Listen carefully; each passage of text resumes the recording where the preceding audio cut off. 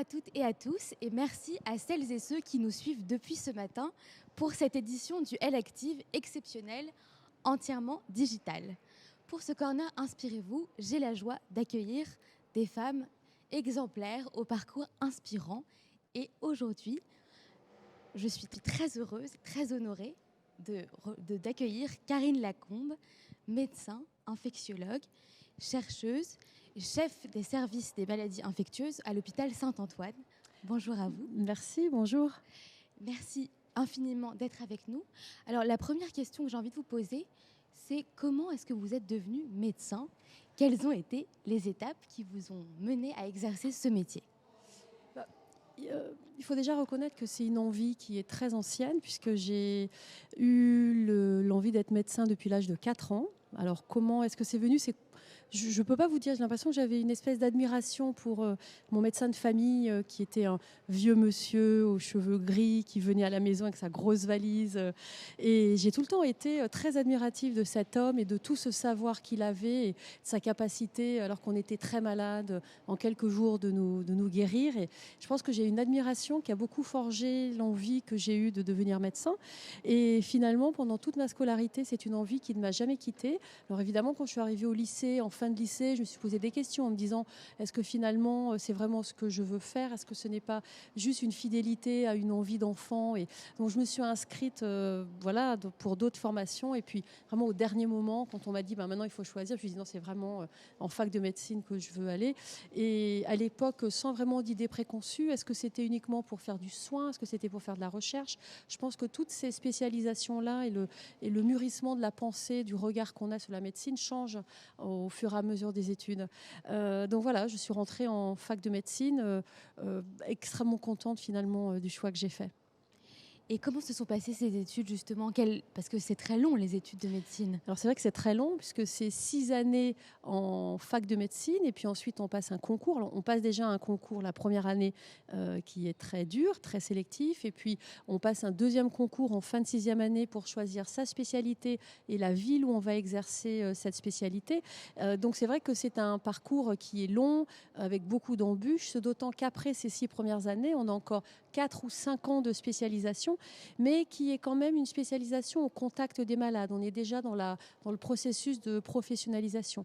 Et c'est là qu'en fait, on commence à voir si on est plus intéressé par le soin ou par l'enseignement ou par la recherche ou par une autre pratique de la médecine, par exemple la distance des patients, quand on fait plutôt des biostatistiques, etc. Donc, tout ce parcours, en fait, s'est dessiné petit à petit et les envies de ce que j'avais envie de faire pour finalement atterrir en maladie infectieuse ont beaucoup évolué au cours du temps. Je crois que c'est beaucoup de rencontres, en fait, d'opportunités, de rencontres avec des gens inspirants, souvent des hommes d'ailleurs. Donc on peut malheureusement dans la communauté médicale, même si les choses sont en train de changer, ça reste quand même assez dominé par les hommes. Alors quand je dis que ça change vraiment. C'est-à-dire qu'en première année de médecine, on a quasi 80% de femmes.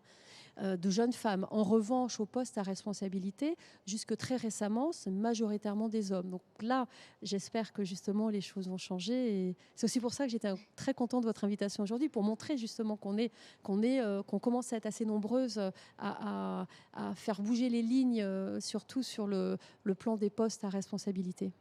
Et du coup, vous êtes médecin et chercheuse. Donc vous Oui. êtes à la fois dans les soins et dans la recherche. Exactement. Et comment est-ce qu'on combine les deux en fait, c'est quand on cours de ces études de médecine, on a le choix de faire un double cursus, soit un cursus uniquement médical où on va apprendre ce qu'est le soin et donc soigner, soit un cursus scientifique. Donc un cursus scientifique, ça passe par un master et puis une thèse de sciences. Et les postes hospitaliers universitaires, donc sont des postes de la fonction publique. On dépend du ministère de l'enseignement supérieur et de la recherche, mais on est également rattaché à un groupe hospitalier. Et ce sont des postes qui sont peu nombreux et qui nécessitent d'avoir la thèse de médecine et la thèse de sciences, donc d'avoir fait 2 cursus en parallèle. Parfois, ces cursus peuvent être aménagés et puis parfois, ça nécessite, quand ils peuvent être aménagés, ça nécessite d'avoir une certaine capacité à beaucoup travailler, à aller vite, c'est vraiment la clé de la réussite, hein, arriver à travailler vite pour pouvoir mener ces deux cursus en parallèle. Et je dois dire que de toute façon, le travail hospital universitaire, c'est pas un travail qui est solitaire. On est tout le temps associé à une équipe de soins et une équipe de recherche. Donc c'est vraiment un travail qui est collectif. Et quelles sont les autres qualités qui sont indispensables à votre avis pour être un bon médecin ou une bonne médecin? Alors, pour être un bon médecin, je pense qu'il faut avoir de l'empathie. Il faut savoir écouter, savoir prendre du temps avec ses patients pour faire passer les bons messages. Il faut avoir l'esprit d'équipe. Même quand on travaille en cabinet médical où on peut éventuellement être isolé parce qu'on est seul dans son cabinet, il faut quand même savoir s'entourer de confrères avec lesquels on peut discuter des cas difficiles parce qu'en fait, personne ne sait tout et que l'humilité, justement, ça c'est une autre qualité, je pense, qu'il faut avoir quand on est médecin, être humble face à ce qu'on ne sait pas, mais savoir également chercher ailleurs ce qu'on ne sait pas soi-même. Il faut aussi avoir une grosse capacité de travail, ça je vous l'ai dit tout à l'heure, une certaine résistance à la fatigue, parce qu'on fait beaucoup de gardes, beaucoup d'astreintes. On peut passer des week-ends entiers à travailler et ensuite enchaîner la semaine supplémentaire de travail. Il faut être à l'écoute, je pense, à l'écoute de ses patients, mais également à l'écoute des gens avec qui on travaille. Vous exercez des très hautes responsabilités. Et comment est-ce qu'on conjugue ces responsabilités avec sa vie de femme, sa vie de mère éventuellement Alors, est-ce que c'est compatible? Alors, c'est vrai que c'est compliqué. Ça nécessite parfois de faire des choix qui peuvent être douloureux. Ça nécessite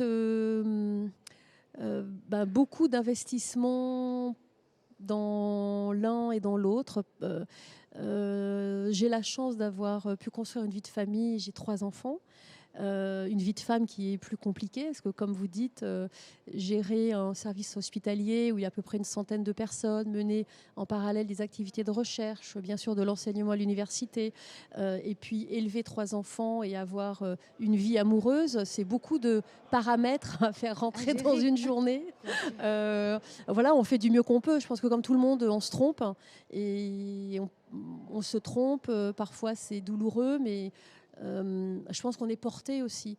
Moi, je suis beaucoup portée par mes enfants, je suis portée par mon travail. J'ai la chance d'avoir une équipe fantastique sur laquelle je peux m'appuyer et qui peuvent, et eux savent qu'ils peuvent s'appuyer sur moi. Et voilà, c'est beaucoup d'investissement personnel. Et on imagine qu'avec une telle fonction, vos journées doivent être très différentes les unes des autres. Est-ce que vous avez une journée type finalement? Alors oui, c'est ce qui fait aussi la richesse de mon métier, c'est qu'aucune journée ne ressemble à une autre.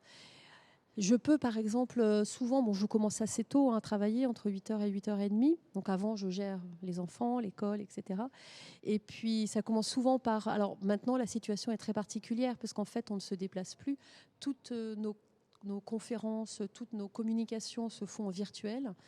Alors qu'avant, il y avait en plus le paramètre du voyage, où je me déplaçais beaucoup, et en particulier à l'étranger, puisque j'ai une carrière de scientifique qui est pas mal tournée à l'international, et en particulier dans les pays du Sud. Mais actuellement, toute cette partie-là de notre travail n'existe plus en tant que telle, puisque tout est en virtuel. Donc il y a beaucoup de... Comme je suis dans une activité de management, où je manage une grosse équipe, il y a beaucoup de rencontres avec les interlocuteurs, il y a un peu de soins. Alors je dis un peu parce que malheureusement quand on est chef de service on ne peut plus faire autant de soins que ce qu'on faisait avant, donc c'est pour ça aussi qu'on construit une équipe qui va assurer le soin à l'hôpital. Donc je peux prendre un exemple très précis, hein. Par exemple hier on était jeudi, j'ai commencé par des réunions téléphoniques et puis j'ai ensuite vu des patients en consultation et puis je me suis réunie avec la cellule de crise de l'hôpital pour construire la prise en charge des patients Covid à l'hôpital. Puis l'après-midi, j'ai eu une réunion de travail avec des étudiants en thèse pour surveiller l'avancée de leurs travaux. Et puis ensuite, j'ai communiqué avec des collègues à l'international. J'avais une conférence en virtuel. Et hier soir, j'ai travaillé sur un article scientifique. Voilà. Et là-dedans, on gère les enfants, on garde des temps très importants qui sont pour moi de les amener à l'école le matin, de dîner le soir ensemble et de se poser pour la petite histoire du soir avant de recommencer à travailler quand il y a besoin. Pas tous les soirs, mais très souvent. Des sacrées journées. Grosse journée. Est-ce que vous pouvez tout de même nous raconter justement ces déplacements à l'étranger dans le cadre de votre... Brièvement, bien sûr, parce que c'est un aspect peut-être assez méconnu des carrières scientifiques, cette coopération internationale. Nous l'expliquer en quelques mots. Bien sûr. Alors, on a 2 types de coopération. Ça peut être la coopération de soins ou la coopération scientifique.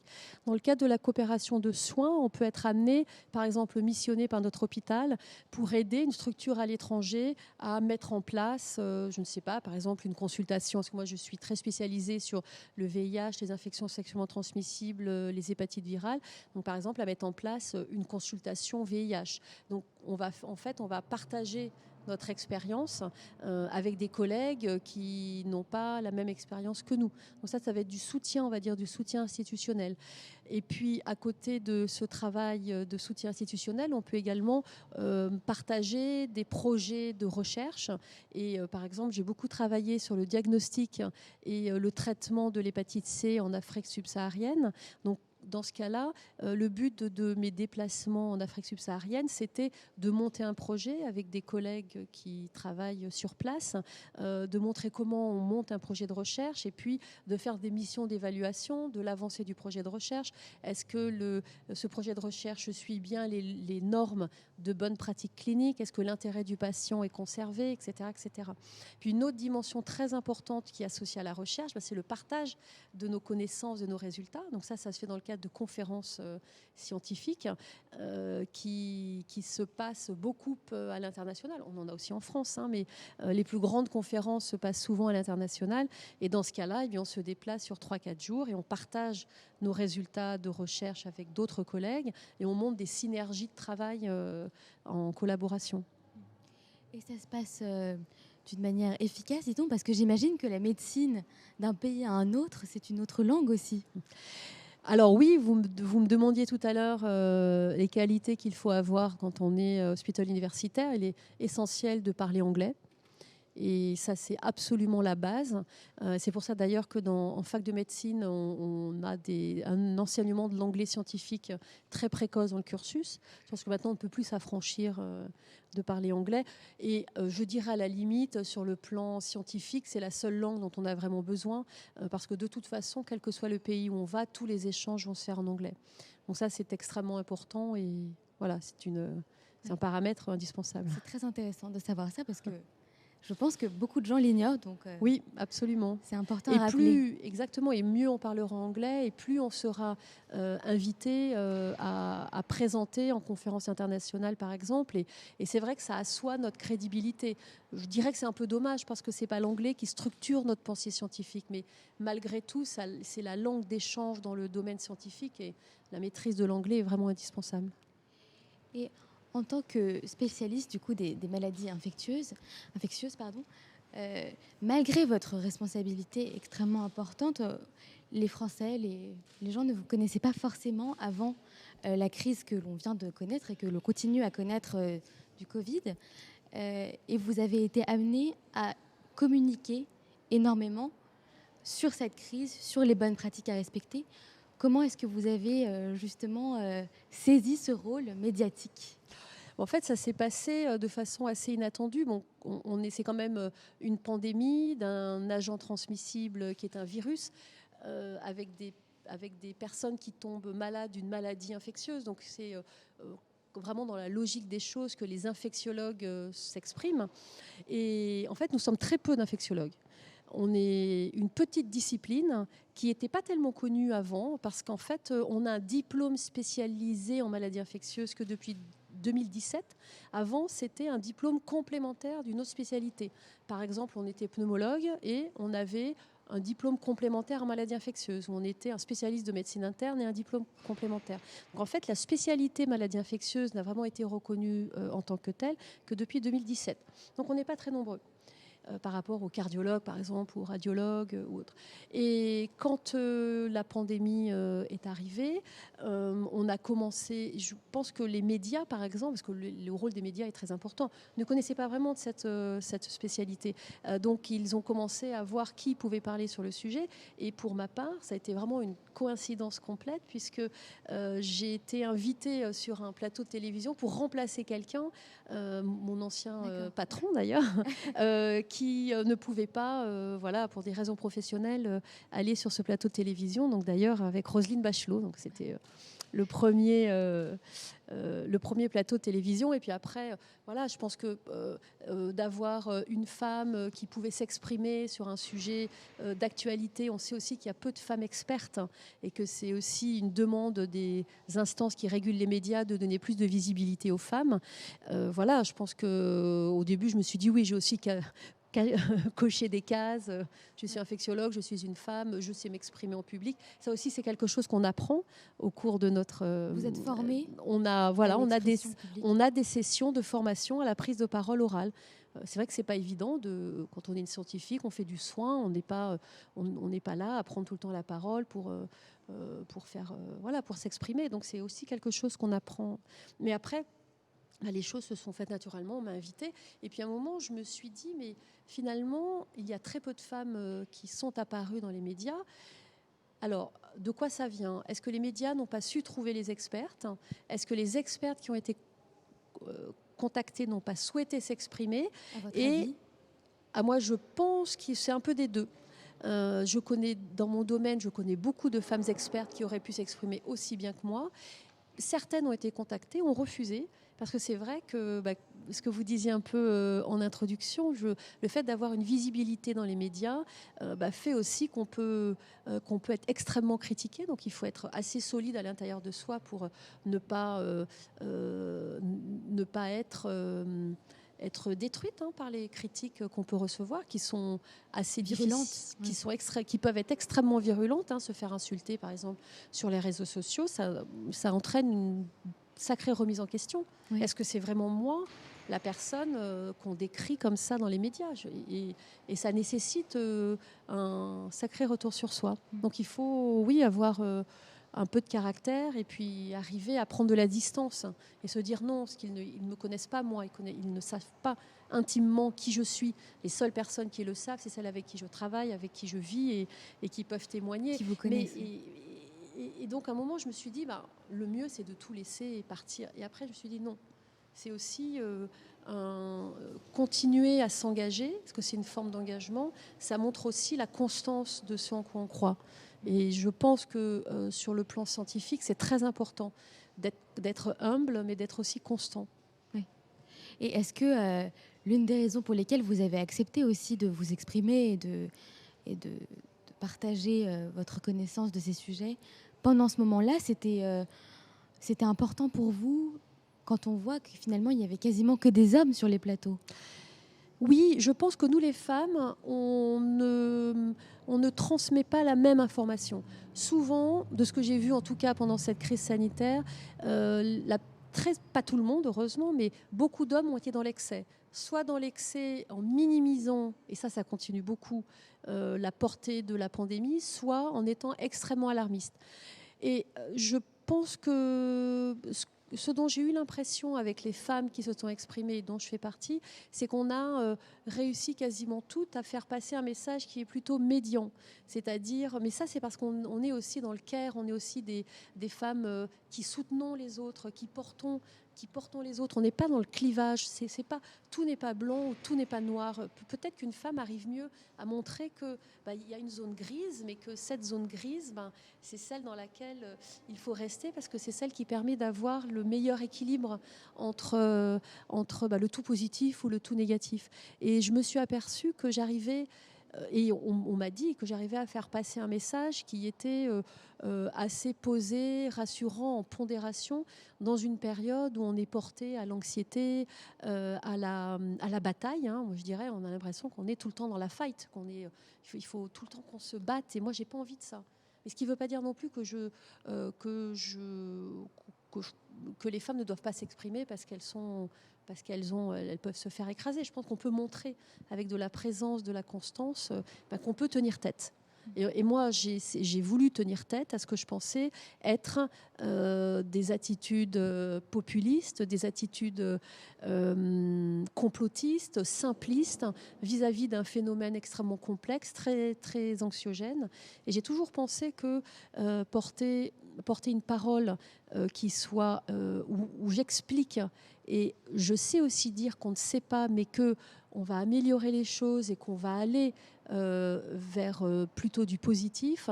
Je pense que c'est plus constructif que soit trop minimisé, soit trop alarmé la population. Est-ce que ça révèle aussi quelque chose du paysage scientifique français, quelque part? Parce que vous êtes peu nombreux en tant que spécialistes de ce domaine. Oui. Est-ce que ça s'applique à d'autres champs de la médecine? Surtout ce dont on s'est aperçu pendant cette crise, c'est qu'un de mes collègues qui est chef de service à l'hôpital Tenon, le professeur Pialou, l'a très bien dit dans son livre. Il a dit on a tout de suite eu l'impression qu'on était 60 millions de covidologues. Et c'est incroyable. Tout le monde avait son mot à dire sur quelque chose que personne ne connaissait. Alors, il y a peut-être eu une faillite du monde scientifique à un moment donné.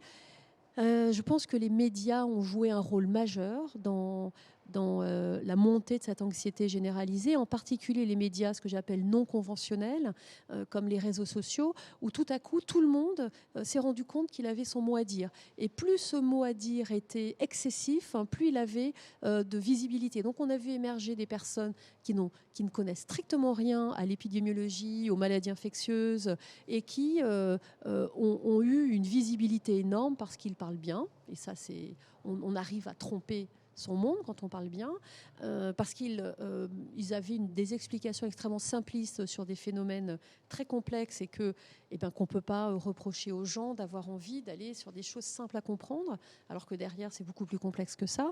Et puis les médias traditionnels, en particulier les chaînes d'info continue, ont donné une visibilité à ces personnes-là, parce qu'à un moment donné, par exemple, des gens comme moi, on a refusé d'aller sur certains plateaux parce qu'on savait bien que notre parole allait être dévoyée, et donc ça a laissé la place, parce que la nature a horreur du vide, donc voilà. Et je me dis, comment est-ce qu'on aurait pu réguler ça? C'est très compliqué, qu'on n'a pas d'instance de régulation de l'expression scientifique en France. Donc ça pose peut-être question de savoir si, sans être dans la censure, parce qu'on est un pays où l'expression est libre, si on ne peut pas avoir une structure qui mette un peu d'ordre là-dedans. Ça, c'est peut-être une des conséquences à laquelle il va falloir réfléchir pour le futur. Et malgré tous ces obstacles auxquels vous êtes confrontés, toutes ces difficultés, qu'est-ce que vous avez envie de dire aux jeunes gens, aux jeunes femmes qui veulent faire ce métier, aux jeunes femmes surtout peut-être dans un paysage très majoritairement masculin? Quels conseils vous aurez envie de leur donner? J'aurais envie de leur dire que déjà, la science, c'est passionnant. C'est tous les jours différent. On n'a jamais l'impression d'arriver au bout de quelque chose. Donc on est tout le temps tiré. On est tout le temps tiré vers l'avant. C'est passionnant. On arrive maintenant, on a vu ces dernières années quand même émerger une espèce de pouvoir féminin dont qu'on peut mesurer. Que l'on peut, pardon ? Que l'on peut mesurer. Exactement, que l'on peut mesurer, que l'on peut attraper et garder. On a le pouvoir ensemble de faire bouger les choses. Même s'il y a encore des plafonds de verre, malgré tout, vous voyez, moi je viens de région, d'un tout petit village, j'ai fait mes études à Grenoble, je suis arrivée à Paris, je ne connaissais personne, et malgré tout, je suis là où je suis. Donc n'importe qui peut y arriver. Il n'y a pas que moi, c'est n'importe qui peut y arriver. Il faut avoir beaucoup d'abnégation, croire en soi, ce qui ne veut pas dire qu'il faut devenir prétentieuse, mais voilà, croire en soi, c'est très fort. Et savoir s'entourer, s'appuyer sur les autres, et le collectif, c'est hyper important. Merci infiniment, Karine Lacombe, d'être venue. Merci à vous, merci pour l'invitation. Je suis sûre que Ces derniers mots inspireront nombre de nos lectrices et restez en ligne pour un prochain portrait passionnant dans quelques instants. Merci beaucoup.